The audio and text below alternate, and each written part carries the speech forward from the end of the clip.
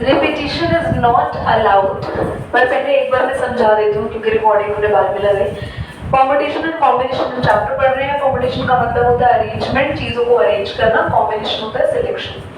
Question number 1 कह रहा है 1 2 3 4 5 5 डिजिट तुम्हें दी गई है, 3 डिजिट का एक नंबर बनाना है और रिपीटिशन अलाउड है।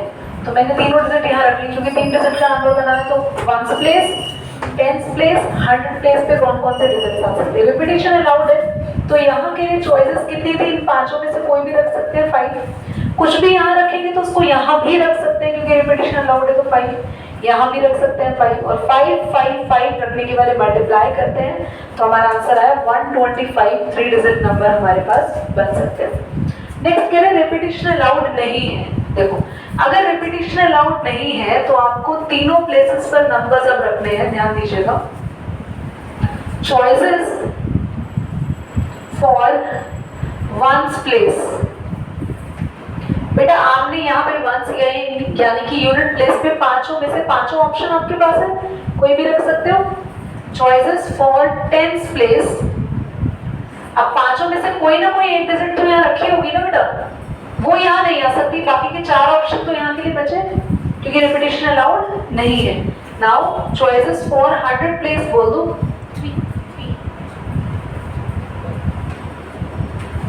मल्टीप्लाई करेंगे 3 4 12 5 60 numbers, 63 digit numbers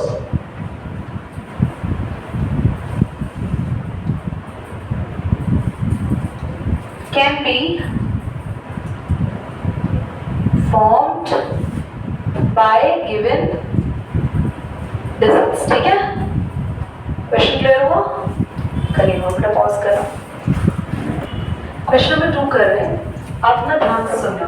ऐसे क्वेश्चंस में बच्चे फंस जाते हैं, इसीलिए मैं क्वेश्चन को पीछे से ही करने की सलाह देती हूँ। यहाँ पे अब तुम्हारे टीचर बताएंगे कि आप क्वेश्चन को पीछे से करो इस वाले केस में, नहीं तो वो इस वाले केस में पहले इस बॉक्स को फिल कराएंगे फिर इसको। यार क्यों ही करना है ऐसा, हम उल्टा ही करें ना सब कुछ ताकि आगे कभी दिक्कत ही ना आए। देखो हमें बोल रहा है कि टोटल 6 डिजिट्स आपको दे रखी है, 1 2 3 4 5 6। हमें 3 डिजिट का नंबर बनाना है, पर नंबर कैसा बनाना है? इवन नंबर की खास बात होती है उसके लास्ट में भी इवन ही नंबर आता है। इवन डिजिट्स कौन कौन से होते हैं जिसके लास्ट में 2 4 0 5 नहीं सॉरी 6 ऐसे डिजिट्स हैं। तो यहाँ पे 2 4 6 3 डिजिट्स हम यहाँ रख सकते हैं। अब तुम यहाँ से शुरू करते तो तुम अगर मान लो एक इवन नंबर यहाँ रख देते तो है ना, तो आपने यहाँ पे रखा तो आपको पता चल गया। इसके लिए चॉइसेस कितनी है? चॉइसेस फॉर यूनिट प्लेस 6 नहीं 3 है। ठीक है, अब कह रहे हैं रिपीटिशन अलाउड है तो टेंशन नहीं है, अगर यहाँ भी कोई नंबर आया तो उसको यहाँ पर भी रख सकते हैं। यहाँ के लिए सारे नंबर आपके पास चॉइसेस में बनेंगे बेटा, 6 के 6, क्योंकि अगर कोई यहाँ रखा भी है तो भी उसे यहाँ रख सकते हैं और यहाँ के लिए भी सारे नंबर चॉइसेस में बनेंगे। सिर्फ यहाँ 3 क्यों लिखा? क्योंकि लास्ट प्लेस पर हमें only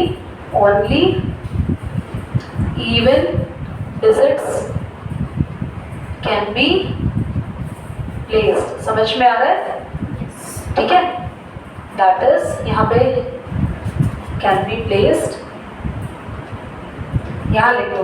choices for unit place is equal to 3, that is क्या है वो 2 4 एंड 6। ठीक है, चॉइसेस फॉर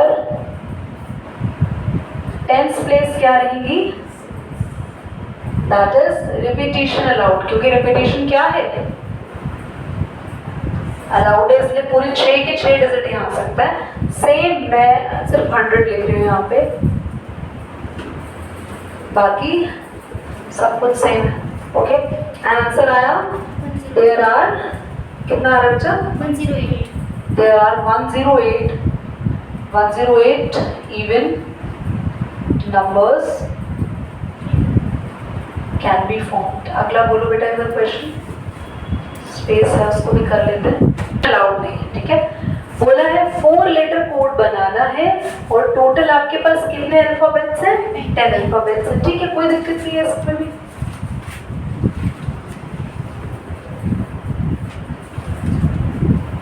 लेटर्स सारे रिपीट हो सकते हैं तो कोई दिक्कत नहीं है, 10 के 10 यहाँ आ सकते हैं, 10 के 10 यहाँ आ सकते हैं, यहाँ भी और यहाँ भी, है ना? नहीं, इसने बोला no letter can be, sorry repeat नहीं हो सकता। तो पहले के लिए तो 10 चॉइसेस बनी। For first place there are 10 choices. Second place बोलो 9 choices, क्योंकि एक रख दिया, रिपीटेशन अलाउड नहीं है तो हम यहाँ पे 9 ही लेटर्स रख सकते हैं। अब एक लेटर यहाँ रख दिया, एक लेटर यहाँ रख दिया, तो यहाँ के लिए तो 8 ही बचे। अब यहाँ के लिए सिर्फ तो थर्ड प्लेस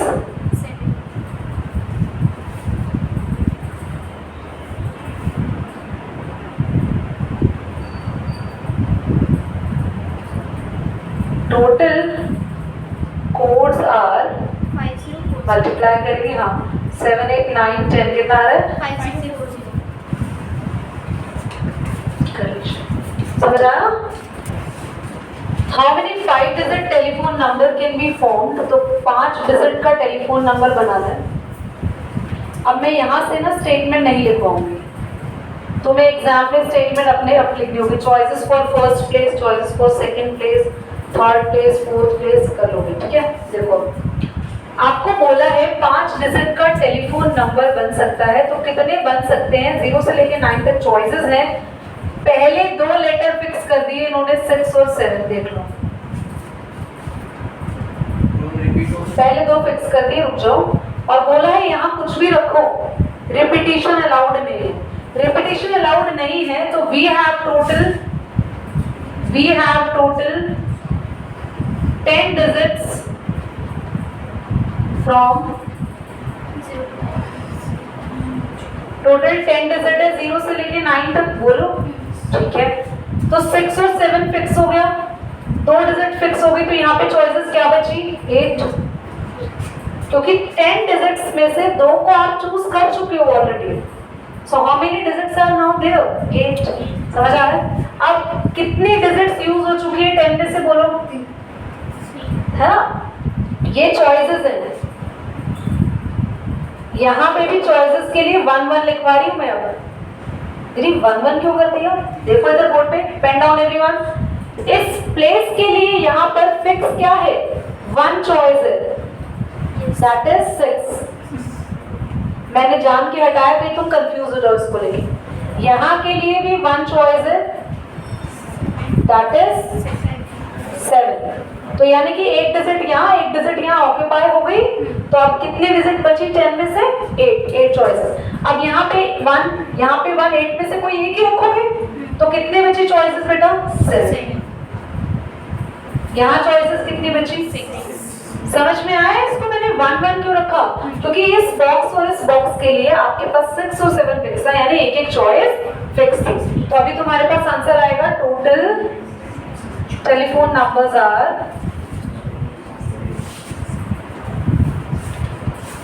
मल्टीप्लाई करेंगे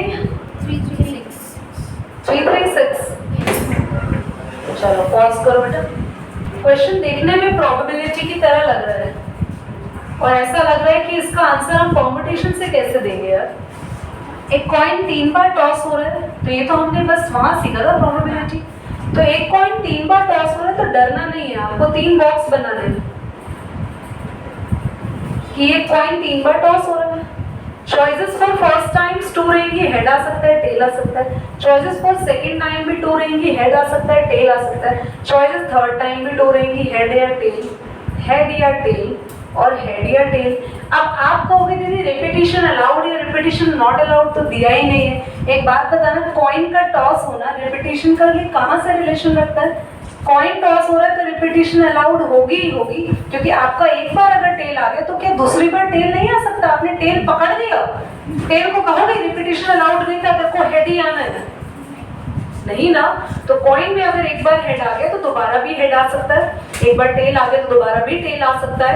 तो आपके पास चॉइसेस हर प्लेस के लिए 2 ही रहेंगी। तो फाइनल आंसर आपके पास क्या आया? There are total 8 possible outcome. समझ में आया? और प्लीज मैं आपको बार बार बोल रही हूँ कि आपको मैंने जो स्टेटमेंट्स लिखवाई थी वैसे ही एग्जाम में करना है, मैं अब नहीं लिखवा रही हूँ। आपको क्या लिखना है? Choices for first toss 2, choices for second toss 2, choice for third toss 2 and 8 possible outcomes कर रहा है।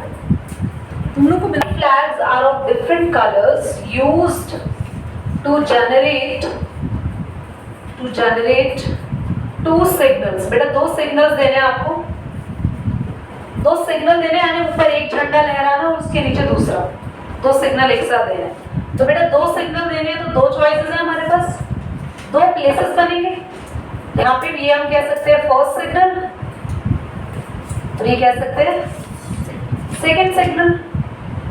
और इन सिग्नल्स को देने के लिए फ्लैग्स कितने लेके बैठे हो आप लोग? 5। तो बेटा 5 फ्लैग्स में से अगर आप 5 फ्लैग्स के 5 फ्लैग्स यहाँ पे यूज कर लेते हो, बाइंग से कोई एक कलर है तो सेम कलर यूज नहीं कर सकते ना, सिग्नल्स में अलग अलग कलर यूज होंगे। लेकिन ना 5 flags are of different colour use to generate two, question पढ़ना, यूज टू जनरेट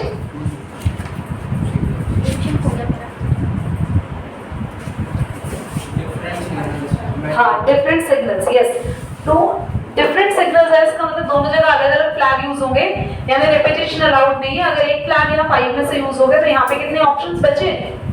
4। तो आपका आंसर आया 20 सिग्नल्स कैन बी जनरेटेड। समझ आ गई बच्चा? Your exercises done.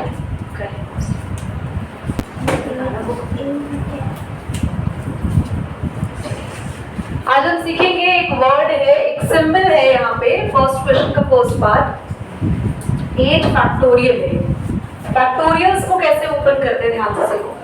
फैक्टोरियल को ओपन करते हैं कि जब तक 1 ना आ जाए तब तक आप यहाँ पे उल्टी गिनती चलाते जाओ और मल्टीप्लाई करके आंसर लिख दो। समझ में आया? अगला बोलो। 4 फैक्टोरियल माइनस 3 फैक्टोरियल। देखो 4 फैक्टोरियल माइनस 3 फैक्टोरियल में आप दो तरीके से क्वेश्चन को कर सकते हो, मैं दोनों ही तरीके बता रही हूँ, ध्यान से देखो। 4 फैक्टोरियल में लिखो 4 इंटू 3 फैक्टोरियल, मतलब 3 को नहीं खोल दिया आगे में, माइनस 3 फैक्टोरियल कॉमन ले लो, अंदर क्या बचा? 4 माइनस 1 3 फैक्टोरियल को खोल दो, 3 3 से 9, 9 2 से 18। और दूसरा तरीका क्या है कि दोनों को ओपन कर लो,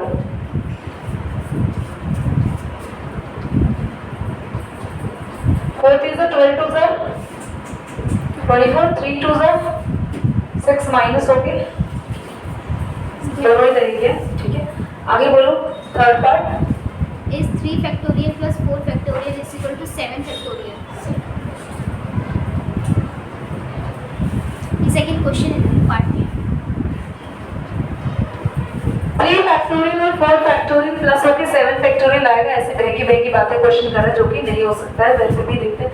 3 factorial 3 into 2 into 1 minus 4 into 3 into 2 into 1 plus है 3 2 से 6 24 और 24 और 6 कितना आया? 30।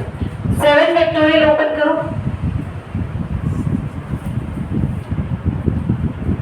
कितना आ रहा है आंसर देखो? 5040। ये तो वैसे भी देखो ज्यादा दिख रहा है। 5 4 20 एंड 2 2 6 12 120 120 into 7 कितना आ रहा है? 5040। पक्का? तो नॉट इक्वल, ठीक है, इक्वल नहीं है। अगला बोलो। थर्ड है कंप्यूट 8 फैक्टोरियल अपॉन में 6 फैक्टोरियल into 2 फैक्टोरियल। देखो ध्यान से इसे कैसे सॉल्व करते हैं। 8 को ओपन करो आप, मैक्सिमम जो नीचे नंबर हो बोलो कहाँ तक करोगे ताकि 6 फैक्टोरियल कट जाए, और 2 को तो ओपन कर दो 2 into 1 है, तो 2 से 8 किस पे कैंसिल हुआ? 4 7 36 4 7 48। देखो दोबारा देखो, आप ऊपर न्यूमरेटर को वहां तक ओपन करो जो नीचे बड़ा नंबर हो। ठीक है, अगला बोलो। इसी के पार्ट्स है। नहीं, क्वेश्चन नंबर 4 है। एक मिनट नोट करो।